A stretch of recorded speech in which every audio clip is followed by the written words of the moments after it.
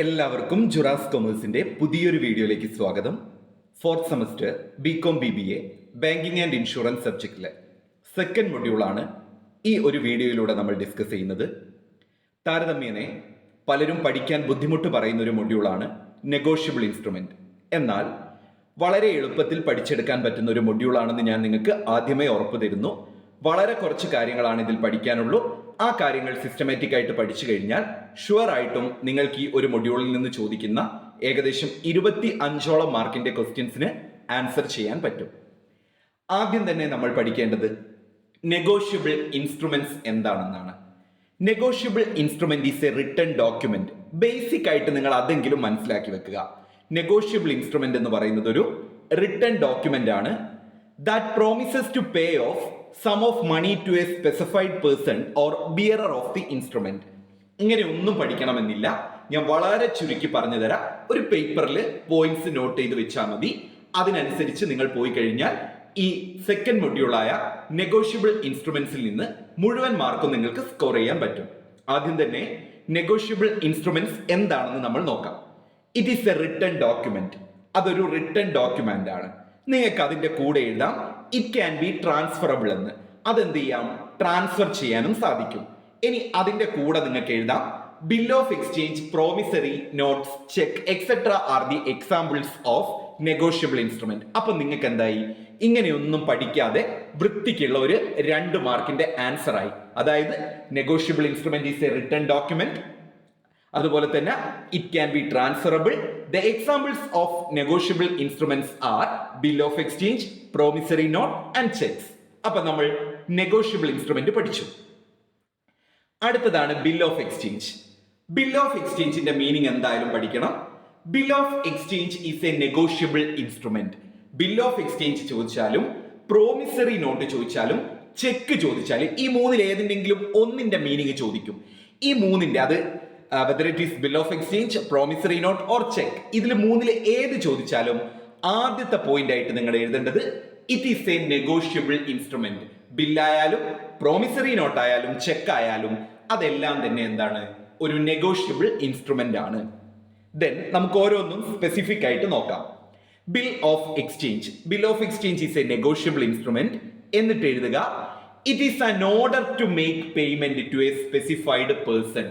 ഒരു പ്രത്യേക വ്യക്തിക്ക് ഒരു ഓർഡർ പ്രകാരം നമ്മൾ പേയ്മെന്റ് നടത്തുന്നതിനെയാണ് ബിൽ ഓഫ് എക്സ്ചേഞ്ച് എന്ന് പറയുന്നത്. അപ്പോ ബിൽ ഓഫ് എക്സ്ചേഞ്ചിന്റെ മീനിങ് ചോദിച്ചാൽ അതിൽ 2 കാര്യങ്ങളെ ഉണ്ടാവേണ്ടതുള്ളൂ. ഒന്ന്, അതൊരു നെഗോഷ്യബിൾ ഇൻസ്ട്രുമെന്റ് ആണ്.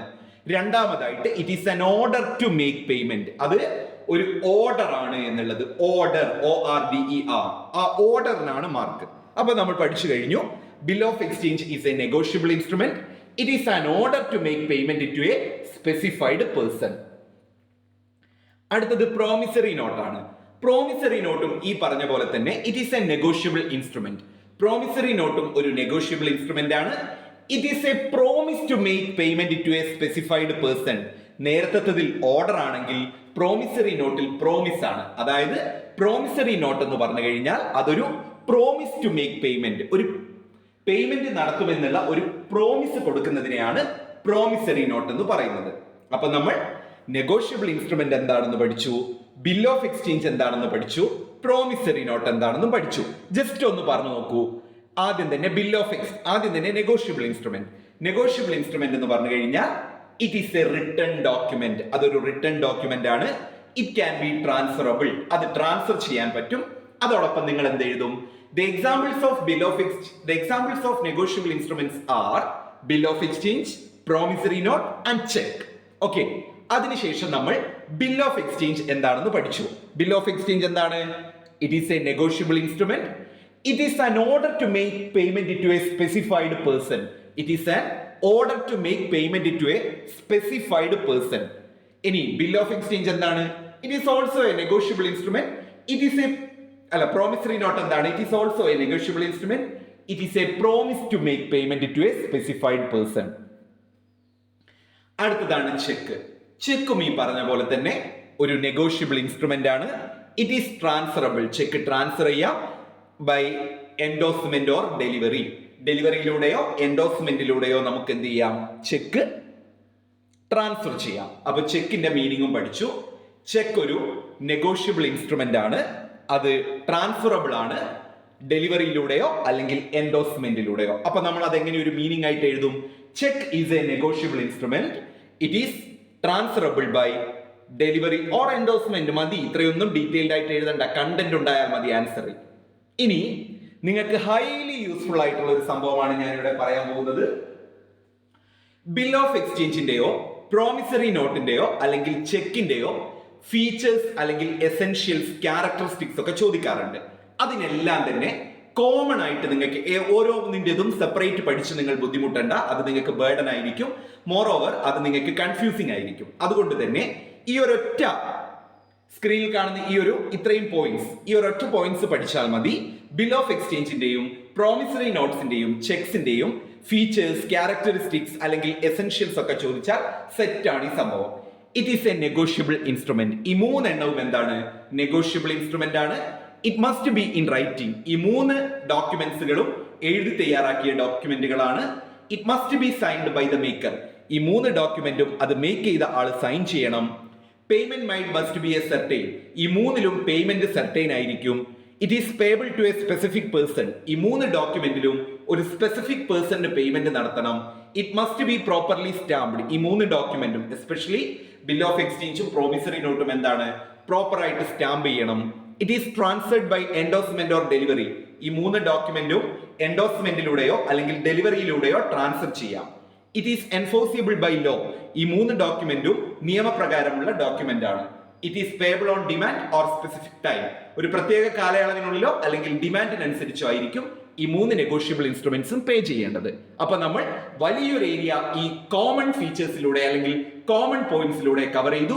മറന്നു പോകരുത്, ബിൽ ഓഫ് എക്സ്ചേഞ്ചിന്റെയോ അല്ലെങ്കിൽ പ്രോമിസറി നോട്ടിന്റെയോ അല്ലെങ്കിൽ ചെക്കിന്റെയോ കോമൺ ആയിട്ട് എഴുതാൻ പറ്റുന്ന എസെൻഷ്യൽസ് അല്ലെങ്കിൽ ക്യാരക്ടറിസ്റ്റിക്സ്, ഫീച്ചേഴ്സ് ചോദിച്ചാലുള്ള പോയിന്റ് ആണിത്. അപ്പൊ ഇത് എല്ലാവരും നോട്ട് ചെയ്ത് വെച്ച് പഠിച്ചോളൂ. It is a negotiable instrument. ഇത് നെഗോഷ്യബിൾ ഇൻസ്ട്രുമെന്റ് ആണ്.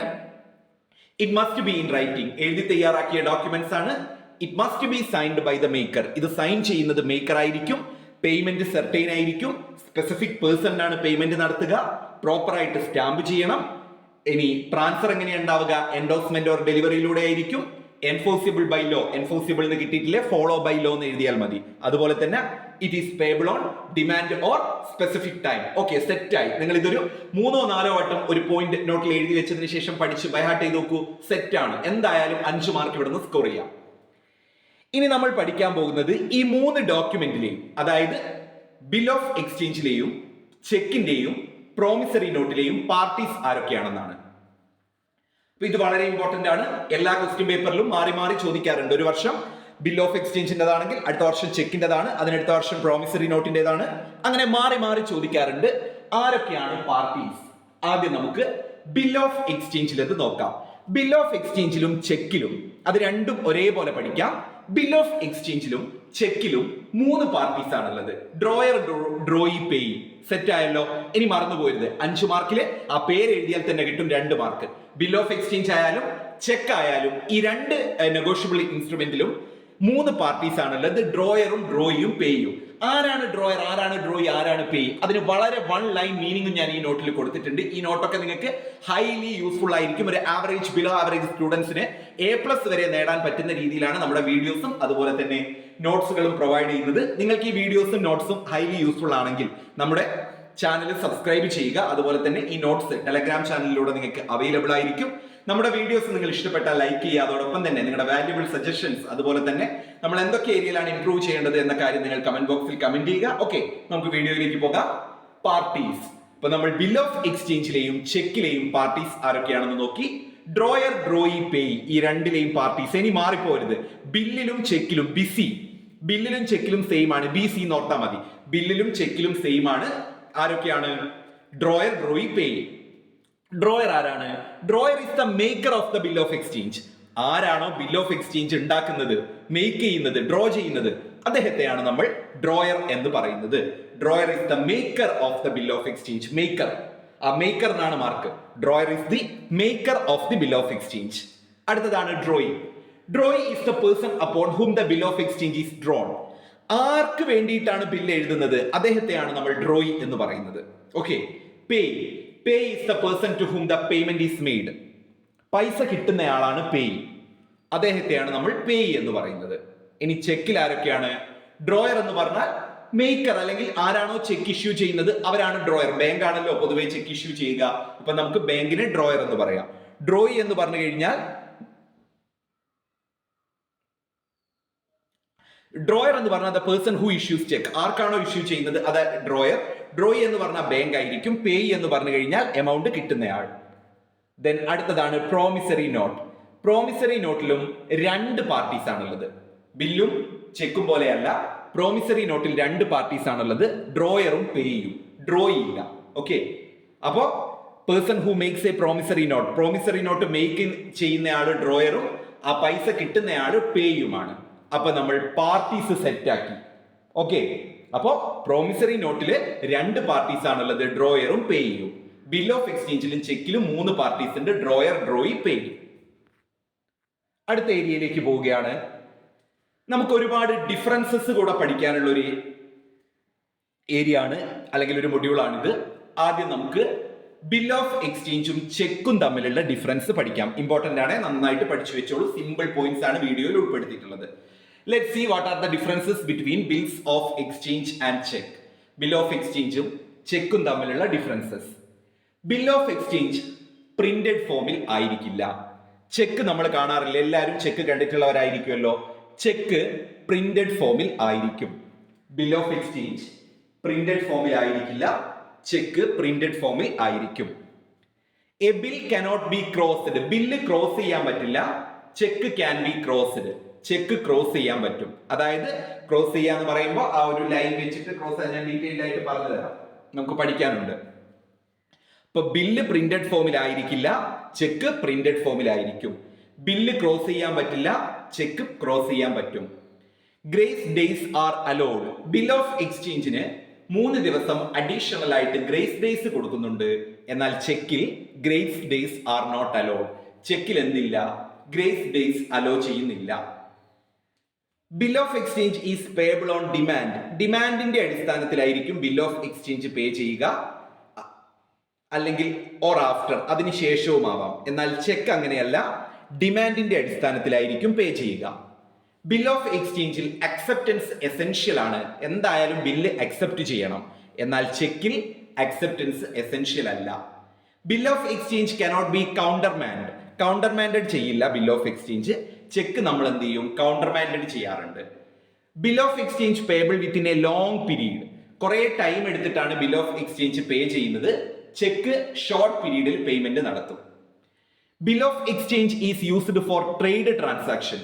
പ്രധാനമായിട്ടും വ്യാപാരം നടത്തുന്ന സമയത്ത്, അല്ലെങ്കിൽ ട്രേഡ് ട്രാൻസാക്ഷൻസ് നടക്കുമ്പോഴാണ് ബിൽ ഓഫ് എക്സ്ചേഞ്ച് ഉപയോഗിക്കാറ്. എന്നാൽ ചെക്ക് പലപ്പോഴും എവറിഡേ ട്രാൻസാക്ഷൻ ആണ് ഉപയോഗിക്കുക. നമ്മുടെ ദൈനംദിന കാര്യങ്ങൾക്കെല്ലാം തന്നെ നമുക്ക് എന്ത് ചെയ്യാം? ചെക്ക് ഉപയോഗിക്കാം. ഇതാണ് ബിൽ ഓഫ് എക്സ്ചേഞ്ചും ചെക്കും തമ്മിലുള്ള ഡിഫറൻസ്. വളരെ ക്ലിയർ ആയിട്ട് സിമ്പിൾ ആയിട്ട് പറഞ്ഞിട്ടുണ്ട്. നിങ്ങൾക്ക് പറ്റുന്ന ഒരു 5 പോയിന്റ്, എളുപ്പമുള്ള ഒരു 5 പോയിന്റ് ഇതിൽ നിന്ന് പഠിച്ചു വെക്കുക. അടുത്തതാണ് ബിൽ ഓഫ് എക്സ്ചേഞ്ചും പ്രോമിസറി നോട്ടും തമ്മിലുള്ള ഡിഫറൻസ്. ബിൽ ഓഫ് എക്സ്ചേഞ്ച് എന്ന് പറഞ്ഞാൽ ഓർഡർ ടു മേക്ക് പേയ്മെന്റ്. നമ്മൾ മീനിങ് പഠിച്ചപ്പോൾ പറഞ്ഞിട്ടുണ്ടായിരുന്നു. ബിൽ ഓഫ് എക്സ്ചേഞ്ച് എന്ന് പറഞ്ഞാൽ order to make a payment ആണ്. എന്നാൽ പ്രോമിസറി നോട്ട് എന്ന് പറഞ്ഞാൽ promise to make a payment. Promissory note ഒരു പ്രോമിസ് ആണ്. ബിൽ ഓഫ് എക്സ്ചേഞ്ച് ഒരു ഓർഡർ ആണ്. പ്രോമിസറി നോട്ട് ഒരു പ്രോമിസ് ആണ്. Bill of exchange drawn by creditor. Bill of exchange drawn ചെയ്യുന്നത് ക്രെഡിറ്റർ ആയിരിക്കും. എന്നാൽ പ്രോമിസറി നോട്ട് ഡ്രോൺ ചെയ്യുന്നത് ഡെപ്റ്റർ ആയിരിക്കും. Bill of exchange require acceptance. Bill of എക്സ്ചേഞ്ചിൽ അക്സെപ്റ്റൻസ് നിർബന്ധമാണ്. Promissory note not require acceptance. Promissory നോട്ടിൽ അക്സെപ്റ്റൻസിന്റെ ആവശ്യമില്ല. Bill of exchange is used for international trade. ഞാൻ നേരത്തെ പറഞ്ഞു, ബിൽ ഓഫ് എക്സ്ചേഞ്ച് ട്രേഡിനാണ് ഉപയോഗിക്കുന്നത്. എന്നാൽ promissory note used for raising loans. പണം റേസ് ചെയ്യാൻ വേണ്ടിയിട്ട്, അല്ലെങ്കിൽ ലോൺ എടുക്കാനൊക്കെ വേണ്ടിയിട്ടാണ് പ്രോമിസറി നോട്ട് ഉപയോഗിക്കാറ്. Bill of exchange there are 3 parties, drawer, drawee and payee. Bill of എക്സ്ചേഞ്ചിൽ 3 പാർട്ടീസ് ആണുള്ളത്, ഡ്രോയറും ഡ്രോയിയും പേയും. പ്രോമിസറി നോട്ടിൽ 2 പാർട്ടീസ് ആണുള്ളത്, ഡ്രോയറും പേയും. Bill of exchange is defined under section 5 of negotiable instrument act. ഇന്ത്യയിലെ 1881 നെഗോഷ്യബിൾ ഇൻസ്ട്രുമെന്റ് ആക്ടിലെ 5ാം സെക്ഷനിലാണ് ബിൽ ഓഫ് എക്സ്ചേഞ്ച് ഡിഫൈൻ ചെയ്തിട്ടുള്ളത്. പ്രോമിസറി നോട്ട് ഡിഫൈൻ ചെയ്തിട്ടുള്ളത് 4ാമത്തെ സെക്ഷനിലാണ്. ചുരുക്കി പറഞ്ഞാൽ ഈ ബിൽ ഓഫ് എക്സ്ചേഞ്ചും പ്രോമിസറി നോട്ടും തമ്മിലുള്ള ഡിഫറൻസ് പഠിച്ചാൽ തന്നെ അതിന്റെ മീനിങ്ങും അതിലെ പാർട്ടീസും എല്ലാം സെറ്റ് ആണ്. അപ്പൊ ഒന്നുകൂടെ നോക്കിക്കോളൂ. ബിൽ ഓഫ് എക്സ്ചേഞ്ച് എന്ന് പറഞ്ഞാൽ ഓർഡർ ടു മേക്ക് പേയ്മെന്റ് ആണ്. Promissory note promise to make payment ആണ്. ബിൽ ഓഫ് എക്സ്ചേഞ്ച് ഡ്രോൺ ചെയ്യുന്നത് ക്രെഡിറ്റർ ആണ്. പ്രോമിസറി നോട്ട് ഡ്രോൺ ചെയ്യുന്നത് ഡെപ്റ്റർ ആണ്. ബിൽ ഓഫ് എക്സ്ചേഞ്ചിൽ ഒരു അക്സെപ്റ്റൻസ് വേണം, എന്നാൽ പ്രോമിസറി നോട്ടിൽ അത്തരത്തിലുള്ള ഒരു അക്സെപ്റ്റൻസ് റിക്വയർഡ് അല്ല. ബിൽ ഓഫ് എക്സ്ചേഞ്ച് യൂസ് ചെയ്യുന്നത് ഇന്റർനാഷണൽ ട്രേഡിന് വേണ്ടിയിട്ടാണ്, എന്നാൽ പ്രോമിസറി നോട്ട് യൂസ് ചെയ്യുന്നത് ലോൺസ് റൈസ് ചെയ്യാൻ വേണ്ടിയിട്ടാണ്. Then bill of exchange involved 3 parties, namely drawer, drawee and payee. But in case of promissory note, there are 2 parties involved, namely drawer and payee. Bill of exchange il 3 parties ഉണ്ട്, ഡ്രോയറും ഡ്രോയും പേയും. Promissory നോട്ടിൽ 2 parties ആണ്, ഡ്രോയറും പേയും. Then അടുത്തതായിട്ട് നമ്മൾ move ചെയ്യുന്നത് bill of exchange ചെക്കും DDയും തമ്മിലുള്ള, demand ഡ്രാഫ്റ്റും ചെക്കും തമ്മിലുള്ള difference ആണ്. Check individual ആണ് ഇഷ്യൂ ചെയ്യുന്നത്, എന്നാൽ ഇൻഡിവിജ്വലിനാണ് ഇഷ്യൂ ചെയ്യുന്നത്. DD ബാങ്കർ ആണ് ഇഷ്യൂ ചെയ്യുന്നത്. ചെക്ക് ഇഷ്യൂ ചെയ്യുന്നത് ഇൻഡിവിജ്വൽ ആണ്, DD ഇഷ്യൂ ചെയ്യുന്നത് ബാങ്കർ ആണ്. ചെക്ക് ഡിസ്ഹോണേർഡ് ചെയ്യാം, എന്നാൽ ബിൽ ഓഫ് DD എന്ത് ചെയ്യുന്നില്ല, ഡിസോണേർഡ് ആവില്ല. ചെക്ക് നെഗോഷ്യബിൾ ഇൻസ്ട്രുമെന്റ് ആക്ടിൽ ഡിഫൈൻ ചെയ്തിട്ടുണ്ട്, എന്നാൽ DDയെ കുറിച്ച് അത്തരത്തിലുള്ള ഒരു പ്രിഷ്യസ് ഡെഫിനിഷൻ ഇല്ല. ചെക്ക് ഡ്രോൺ ചെയ്യുക ബാങ്കിലെ അക്കൗണ്ട് ഹോൾഡർ ആയിരിക്കും, എന്നാൽ DD ഡ്രോൺ ചെയ്യുന്നത് ബ്രാഞ്ച് ആയിരിക്കും. ചെക്കിൽ ഡ്രോയറും ഡ്രോയും വ്യത്യസ്ത പേഴ്സൺ ആയിരിക്കും, എന്നാൽ ഡിമാൻഡ് ഡ്രാഫ്റ്റിൽ ഡ്രോയറും ഡ്രോയും സെയിം ആയിരിക്കും. ഡ്രോയർക്ക് ചെക്ക് പേയ്മെന്റ് സ്റ്റോപ്പ് ചെയ്യാനുള്ള റൈറ്റ് ഉണ്ട്, DDയിൽ അത്തരത്തിലുള്ള റൈറ്റുകൾ ഇല്ല. ഇതാണ് ചെക്കും DDയും തമ്മിലുള്ള ഡിഫറൻസ്. നന്നായിട്ട് പഠിച്ചു വെക്കുക. ഈ ഒരു മൊഡ്യൂളിലെ ഡിഫറൻസും നമ്മൾ കവർ ചെയ്തു. അടുത്തതാണ് എൻഡോസ്മെന്റ്. ഈ പറഞ്ഞ പോലെ തന്നെ വാട്ട് ഈസ് എൻഡോസ്മെന്റ് എന്ന് പല ക്വസ്റ്റ്യൻ പേപ്പറിലും കാണാറുണ്ട്. Endorsement means signing on the back of negotiable instrument for the purpose of negotiation. ഈ നെഗോഷ്യബിൾ ഇൻസ്ട്രുമെന്റ് ആയ check, bill of exchange, promissory not, ഇതിന്റെ എല്ലാം പിറകുവശത്തൊരു സൈൻ ചെയ്യുന്നതിനെയാണ് എൻഡോസ്മെന്റ് എന്ന് പറയുന്നത്. ഈ സൈൻ കണ്ടാൽ അതിന്റെ അർത്ഥം എന്താന്ന് വെച്ചാൽ നെഗോസിയേഷൻ ഉപയോഗിക്കാം, അതായത് കൈമാറ്റം ചെയ്യാം. അതിനെയാണ് എൻഡോസ്മെന്റ് എന്ന് പറയുന്നത്. Endorsement means signing on the back of negotiable instrument. അത്രയും എഴുതിയാൽ 2 മാർക്ക് കിട്ടും. Signing on the back of the negotiable instrument. ഒരു നെഗോഷ്യബിൾ ഇൻസ്ട്രുമെന്റിന്റെ ബേക്കിൽ സൈൻ ചെയ്ത് കഴിഞ്ഞാൽ അതിനെ നമുക്ക് എന്ത് പറയാം, എൻഡോസ്മെന്റ് എന്ന് പറയാം. വളരെ ഇമ്പോർട്ടന്റ് ആണ്, 1-2 ആവർത്തി വായിച്ച് പഠിച്ചു വെക്കുക. എൻഡോസ്മെന്റ് എന്ന് പറഞ്ഞു കഴിഞ്ഞാൽ endorsement means signing on the back of the negotiable instrument for the purpose of negotiation. Negotiation പർപ്പസിന് വേണ്ടിയിട്ട് ഒരു നെഗോഷ്യബിൾ ഇൻസ്ട്രുമെന്റ്സിന്റെ ബാക്കിൽ സൈൻ ചെയ്യുന്നതിനെയാണ് എൻഡോസ്മെന്റ് എന്ന് പറയുന്നത്. Let's see what are the different types of endorsement. പ്രധാനമായിട്ടും 6 തരത്തിലുള്ള എൻഡോസ്മെന്റുകളാണുള്ളത്. Blank endorsement, special endorsement, restrictive endorsement, sans recourse endorsement, conditional endorsement, facultative endorsement. These are the different types of endorsement. 5 മാർക്കിന് ചോദിക്കാൻ സാധ്യതയുള്ള ഒരു question ആണ് what is endorsement and what are the different types of endorsement. Endorsement എന്താണെന്ന് നമ്മൾ പഠിച്ചു. It is the process of signing the back on the negotiable instrument for the purpose of negotiation.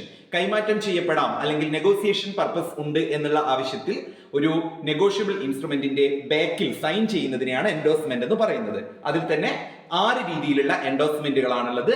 Blank, special, restrictive, sans recourse, conditional, facultative. ആദ്യത്തേതാണ് blank endorsement. Blank endorsement എന്ന് പറഞ്ഞു കഴിഞ്ഞാൽ it is a type of endorsement with endorser sign only. ഇവിടെ എൻഡോസറുടെ sign മാത്രമേ ഉണ്ടായിരിക്കുകയുള്ളൂ, അത് മാത്രം ഓർത്താൽ മതി. അതായത് ബ്ലാങ്ക് എൻഡോസ്മെന്റ് എന്ന് പറയുമ്പോൾ എൻഡോസർ സൈൻ ഓൺലി, അതാണ് ബ്ലാങ്ക് എൻഡോസ്മെന്റ്. ഇനി സ്പെഷ്യൽ എൻഡോസ്മെന്റ് എന്ന് പറഞ്ഞു കഴിഞ്ഞാൽ it is a type of endorsement with endorser sign and name. എൻഡോസറുടെ സൈനും നെയിമും ഉണ്ടെങ്കിൽ അത് സ്പെഷ്യൽ എൻഡോസ്മെന്റ് ആണ്. നിങ്ങൾക്ക് പഠിക്കാൻ പാകത്തിന് വളരെ ഷോർട്ട് ആക്കിയിട്ടാണ് കൊടുത്തിട്ടുള്ളത്. അപ്പൊ ആ ഒരു ഓർഡറിൽ തന്നെ പഠിച്ചു വെച്ചോളൂ കേട്ടോ. ആദ്യം ബ്ലാങ്ക് എൻഡോസ്മെന്റ് ആണ്. ബ്ലാങ്ക് എൻഡോസ്മെന്റ് ചോദിച്ചാൽ ഇറ്റ് ഈസ് എ, എല്ലാത്തിന്റെയും സ്റ്റാർട്ടിങ് അതാണ്, it is a type of endorsement with എന്ന്, എന്നിട്ട് ഓരോന്നിന്റെ എന്താണെന്ന് എഴുതുക. ബ്ലാങ്ക് എൻഡോസ്മെന്റ് എന്ന് പറഞ്ഞാൽ സൈൻ ഓൺലി. സ്പെഷ്യൽ എൻഡോസ്മെന്റ് എന്ന് പറഞ്ഞു കഴിഞ്ഞാൽ സൈനും നെയിമും ഉണ്ട്. അടുത്തതാണ് റെസ്ട്രിക്റ്റീവ് എൻഡോസ്മെന്റ്. റെസ്ട്രിക്റ്റീവ് എൻഡോസ്മെന്റ് എന്ന് പറഞ്ഞു കഴിഞ്ഞാൽ it is a type of endorsement which restrict further negotiation. അതായത് ഇനി അത് നെഗോസിയേഷന് ഒരിക്കൽ കൈമാറ്റം ചെയ്യാം, പിന്നീട് അത് കൈമാറ്റം ചെയ്യാൻ പറ്റാതെ അത് റെസ്ട്രിക്ട് ചെയ്യുന്ന, അതിനൊരു എന്താ പറയാ, ഹിൻഡ്രൻസ്, ഒരു തടസ്സം വെക്കുന്നതിനെയാണ് റെസ്ട്രിക്റ്റീവ് എൻഡോസ്മെന്റ് എന്ന് പറയുന്നത്. അതായത് it is a type of endorsement which restrict further negotiation. വീണ്ടും നെഗോസിയേഷൻ ചെയ്യുന്നതിന് റെസ്ട്രിക്ട് ചെയ്യുന്ന ആ ഒരു ടൈപ്പ് ഓഫ് എൻഡോസ്മെന്റിനെയാണ് റെസ്ട്രിക്റ്റീവ് എൻഡോസ്മെന്റ് എന്ന് പറയുന്നത്. മനസ്സിലായോ? It is a type of endorsement which restrict further negotiation. അടുത്തതാണ് sans recourse endorsement. It is a type of endorsement where endorser is not liable for payment. ഇവിടെ sans recourse endorsement എന്ന് പറഞ്ഞു കഴിഞ്ഞാൽ ഒരു type of endorsement ആണ്. ഇവിടെ endorser എന്തല്ല, പേയ്മെന്റിന് label അല്ല. അടുത്തതാണ് conditional endorsement.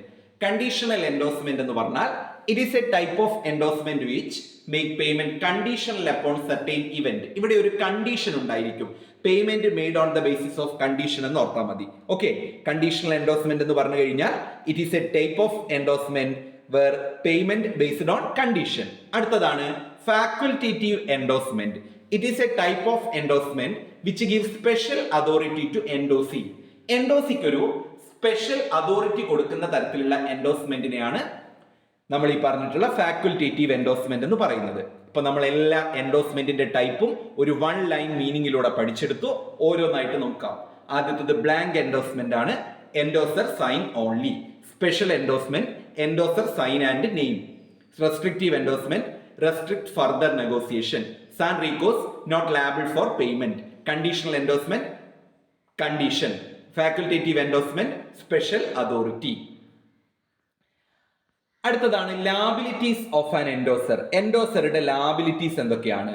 Liability for payment, അതുപോലെ guarantee payment, must receive, of dishonour to be liable. അതൊന്ന് നോക്കി വെക്കുക.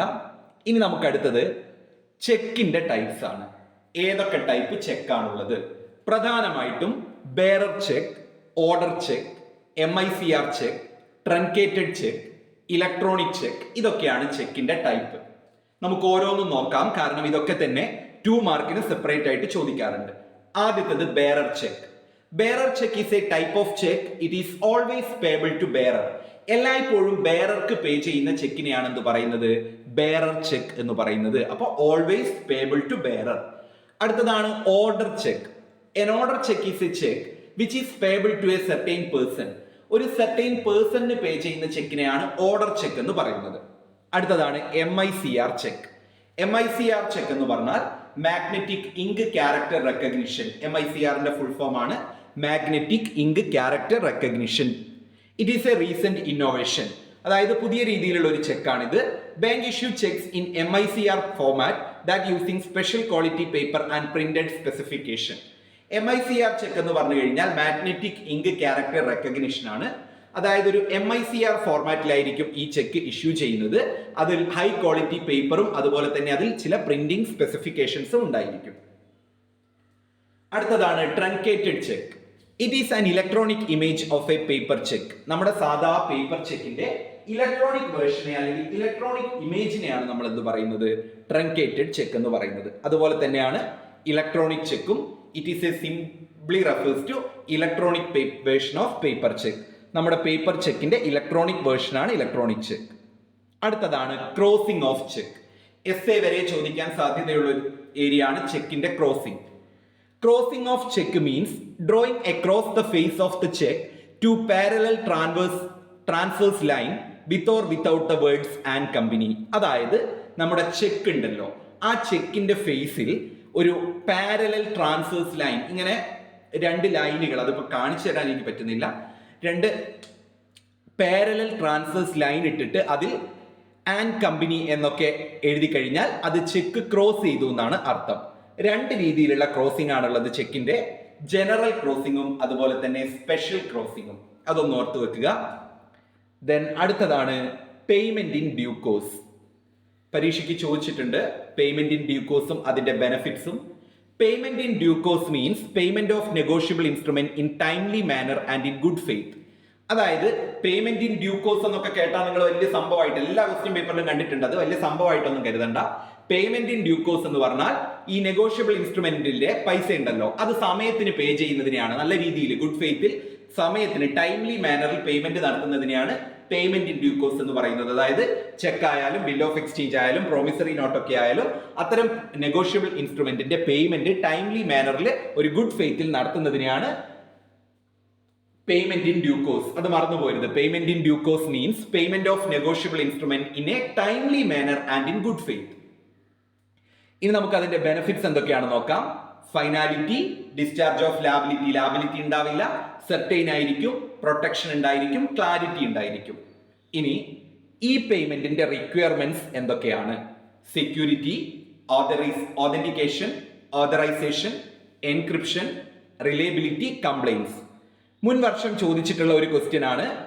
What are the circumstances of paying banker refuse payment of customer cheque? അതായത് കസ്റ്റമറുടെ ചെക്ക്, നമ്മുടെ കയ്യിലുള്ള ഒരു ചെക്ക് ഏതെല്ലാം സാഹചര്യത്തിലാണ് ബാങ്ക് റിഫ്യൂസ് ചെയ്യുക? ഒന്ന്, ഇൻസഫിഷ്യന്റ് ഫണ്ട്, ആവശ്യത്തിന് ഫണ്ട് ആ ചെക്കിൽ ഇല്ലെങ്കിൽ റിഫ്യൂസ് ചെയ്യും. ഇൻവാലിഡ് സിഗ്നേച്ചർ, സിഗ്നേച്ചർ ഇൻവാലിഡ് ആണെങ്കിൽ റിഫ്യൂസ് ചെയ്യും. പോസ്റ്റ് ഡേറ്റഡ് ചെക്ക്, അതായത് സമയം കഴിഞ്ഞ ചെക്ക്.